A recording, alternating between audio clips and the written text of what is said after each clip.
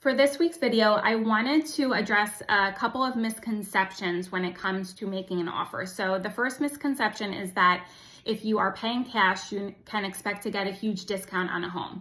Not in today's competitive market. Certainly if you're paying cash, you'll be at an advantage, but you still need to make an offer with a price that is competitive. So for example, if a seller receives an offer from a buyer who needs to get approved for a mortgage, but this buyer has at least 20% down, they're working with a reputable lender, they are waiving the appraisal, they have proof of funds to show that they have more than enough money to cover their down payment and closing costs and appraisal waiver, and they're willing to close whenever the seller wants.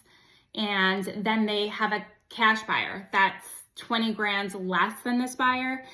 Typically, a seller is going to go with the strong buyer that is getting a mortgage, but is at a significantly higher price. Now, if the cash buyer was only $10,000 less, would a seller accept that? Maybe. It really depends on the seller, what is most important to them, and what other offers there are. What's your competition? So, all in all, I don't think that you can expect to get a huge discount. You still need to be competitive, but you're certainly at an advantage. The second misconception that I wanted to go over is somebody had said to me recently that they were going to make an offer with no contingencies. They don't have a home to sell. So just because you don't have a home sale contingency doesn't mean that your offer has no contingencies.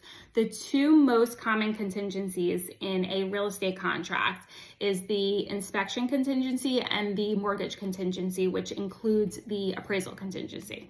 So if you're making an offer that has no contingencies, that means that you're waiving the inspection contingency. So even if you decide to do an inspection, you have no right to cancel the contract over any inspection issues. And number two, you're waiving the mortgage contingency, which means that you're saying even if you're denied the mortgage, you will still move forward with the purchase and purchase in cash. And then of course, the third contingency would be that you don't have a home to sell. Hopefully this helps. If you have any questions, feel free to either leave me a message or you can send me an email at steph.geist@gmail.com.